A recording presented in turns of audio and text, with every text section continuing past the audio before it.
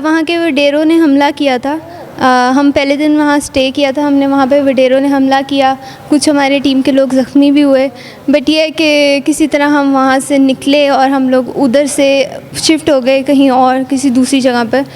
हमने इसको थर के डेज़र्ट में जाके शूट किया था और मुश्किल तो थी, लेकिन ये था एक एडवेंचर था, क्योंकि आम इंसान कभी वहाँ उन इलाकों में जा नहीं सकता। तो ये है कि मुश्किल था लेकिन मज़ा बहुत। इस तरह की आपको बोल्डनेस नज़र नहीं आएगी, वो सिम्बॉलिक नज़र आएगा कि अच्छा ये है ये नहीं है। तो एज सच कोई वो आपको नज़र नहीं आएगा कि वल्गैरिटी हो। मे बी वो एक आधा कैरेक्टर है, वो डिमांड होती है स्टोरी की, तो वो है का पार्ट हूँ जो कि बहुत डिफरेंट है। एक आपने देखा होगा कि इस तरह का कंटेंट बनता नहीं है, और बनता है तो फिर इस तरह का बनता है। अस्सलाम वालेकुम नाज़रीन, उर्दू 5 के साथ मैं हूँ आपकी होस्ट राबिया अली। नाज़रीन, मेरे पीछे आप बैनर देख सकते हैं, रानी कोट एक वेब सीरीज़ है पाकिस्तानी, और इसका जो कंटेंट है ख़ातून को जो पाकिस्तान के पसमानदा इलाके हैं, सिंध की तरफ देखा जाए या कच्चे के इलाकों में देखा जाए, एक ख़ातून एक औरत के साथ जो जुल्म सितम हो रहा है और जो वडेरे जो सियासतदान उन पर जुल्म सितम कर रहे हैं, उस हवाले से इन्होंने ये मूवी बनाई है रानी कोट। रानी कोट में मेन लीड का किरदार अदा करने वाली फ़िज़ा मलिक हमारे साथ मौजूद है, और इस फिल्म को जो डायरेक्ट किया है काशिफ रिजवी साहब, वो हमारे साथ मौजूद हैं। इनसे बात करते हैं कि ये फ़िल्म बनाते हुए इन्हें किन किन मुश्किलात का सामना करना पड़ा और कितना मुश्किल था पाकिस्तान में ऐसा कंटेंट लेकर आना। अस्सलाम वालेकुम। वालेकुम सलाम। कैसे हैं आप? मैं ठीक हूँ, आप सुनाएं? सबसे पहले तो आप माशाल्लाह बहुत प्यारी लग रही हैं। Thank you so much. Fiza, आपकी एक्टिंग मैंने पूरी मूवी देखी है, बहुत नेचुरल एक्टिंग थी, बहुत अच्छी एक्टिंग की आपने। तो कैसा लगा आपको रानी कोट में काम करके? मुझे बहुत अच्छा लगा कि मैं एक ऐसे प्रोजेक्ट का पार्ट हूँ जो कि बहुत डिफरेंट है। एक आपने देखा होगा कि इस तरह का कंटेंट बनता नहीं है, और बनता है तो फिर इस तरह का बनता है। तो मुझे बहुत खुशी है कि काशिफ सर ने मुझे अपॉर्चुनिटी दी है कि मैं इसमें इतना अच्छा कैरेक्टर प्ले कर सकूँ। ये आपका पहला प्रोजेक्ट है या इससे पहले भी आपने कोई प्रोजेक्ट किए हुए? नहीं, मैं करती हूँ, ऑन एंड ऑफ करती हूँ, बट ऑनेस्टली स्पीकिंग इसी को डेब्यू प्रोजेक्ट है। या आप इसे डेब्यू प्रोजेक्ट कहें? या तो क्या क्या मुश्किलात पेश आई सहराई इलाकों में शूट करना, इतनी गर्मी धूप, कैसे आपने मैनेज किया और कैसे एक्ट किया? हमने इसको थर के डेज़र्ट में जाके शूट किया था, और आपको पता है डेज़र्ट में शूट करना कितना मुश्किल है, और वहाँ पे सर्दी भी एक्सट्रीम थी और गर्मियाँ भी बहुत एक्सट्रीम होती थी। आपने दोनों वेदर्स में शूटिंग?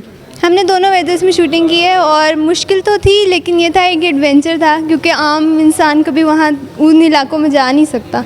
तो ये है कि मुश्किल था लेकिन मज़ा बहुत आया था। ये से आम आवाम जो है वो वहाँ जानते हुए डरती है कि वहाँ शायद डाकू हैं, डाकू राज हैं, तो आम आदमी वहाँ जाते हुए डरता है। तो आपको शूटिंग करते हुए वहाँ खौफ जो है वो महसूस नहीं हुआ? खौफ महसूस हुआ था, बट ये था कि हमें पता था कि हम प्रोटेक्शन साथ लेके गए थे, तो एज सच कोई हमें ये नहीं था। हम काम फोकस करते थे और इर्द गिर्द क्या हो रहा था हमने कोई फोकस नहीं किया इस चीज़ को। लेकिन ये था कि डेंजरस था, बट ये अल्लाह का शुक्र है हो गया।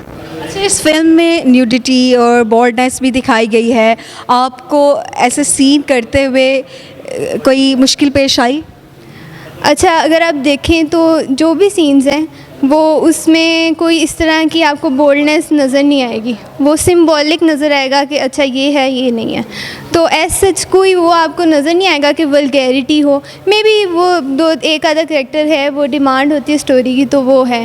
बट ये है कि हमने बहुत सिंप्लिसिटी के साथ जो भी दिखाया, क्योंकि वो स्टोरी की डिमांड थी, वो दिखाना था, तो हमने दिखाया है। लेकिन हमने कोशिश किया कि हम अपने कल्चर और हम उन चीज़ों से बाहर ना निकलें।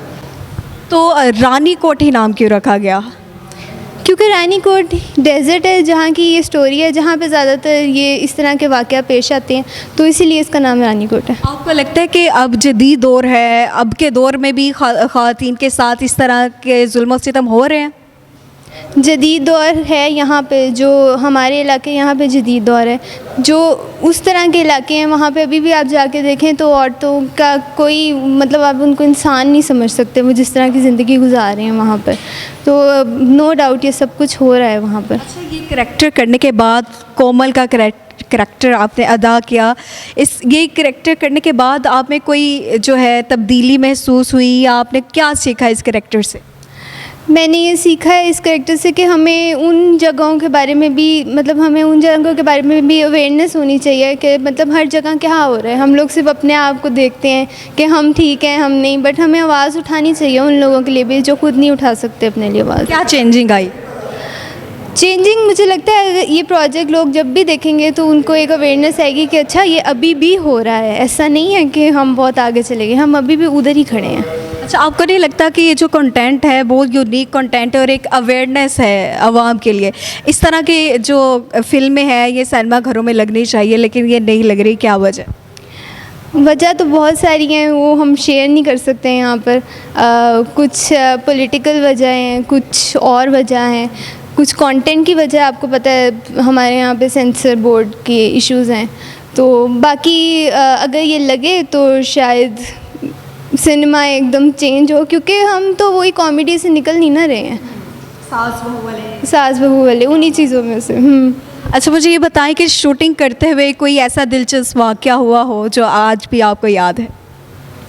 हम पे वहाँ के वडेरों ने हमला किया था। हम पहले दिन वहाँ स्टे किया था हमने, वहाँ पे वडेरों ने हमला किया, कुछ हमारे टीम के लोग ज़ख्मी भी हुए, बट ये है कि किसी तरह हम वहाँ से निकले और हम लोग उधर से शिफ्ट हो गए कहीं और किसी दूसरी जगह पर। बट ये है कि ये बहुत एक हमें अभी भी एक डर आता है कि अगर उस दिन कुछ हो जाता तो शायद हम आज यहाँ होते ही ना। बहुत शुक्रिया। अच्छा, आप रानीकोट की प्रीमियर पर मौजूद है, आपने वो फिल्म देखी, आपको क्या लगा और कैसा लगा उनकी एक्टिंग देख के? और जो यूनिक कंटेंट है पाकिस्तानी फिल्मों या ड्रामों में इस तरह का कंटेंट नहीं दिखाया जाता, लेकिन इन्होंने हिम्मत दिखाई, क्या कहेंगे इनकी हिम्मत पर?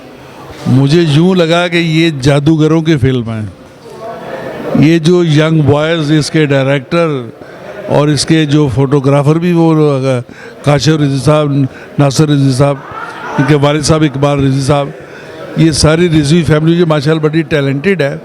इन्होंने कैसे फिल्म बनाई है जिसको देख के मज़ा आ गया। और कुछ लाइट का प्रॉब्लम है क्या? हाँ, अच्छा, इन्होंने बहुत शानदार काम किया, बल्कि मैं ये समझता हूँ कि इन्होंने साबित कर दिया कि ये किसी भी सुपरस्टार के मोहताज नहीं है। इन्होंने नए लोगों से ऐसा अच्छा काम, लाजवाब काम लिया है। और ख़ास तौर पे इसकी जो फोटोग्राफी है, इसकी जो लाइटिंग है वो बड़ी दिल फरेब, बड़ी लाजवाब है। आपको ये पसंद आएगी या नहीं? इंशाल्लाह जी, उन्होंने काम भी बहुत अच्छा किया। और इसके साथ साथ मैं इस बात की दाद भी दूंगा कि इसके जो साउंड रिकॉर्डिस्ट है उन्होंने इसका बैकग्राउंड म्यूज़िक, इसकी डायलॉग डिलीवरी और इसके जितने भी जो म्यूज़िकल इंस्ट्रूमेंट्स वगैरह हैं ये सब इतनी शानदार तरीके से बजाए हैं, ये सारी चीज़ें कानों को बड़ी भली लगती हैं। और मैं हैरान इस बात पे हुआ कि जितने भी इनके फ़नकार, जितने भी लोग स्क्रीन पर आए, चाहे वो छोटा रोल भी है, उसकी साउंड क्वालिटी मुझे बेपर अच्छी लगी।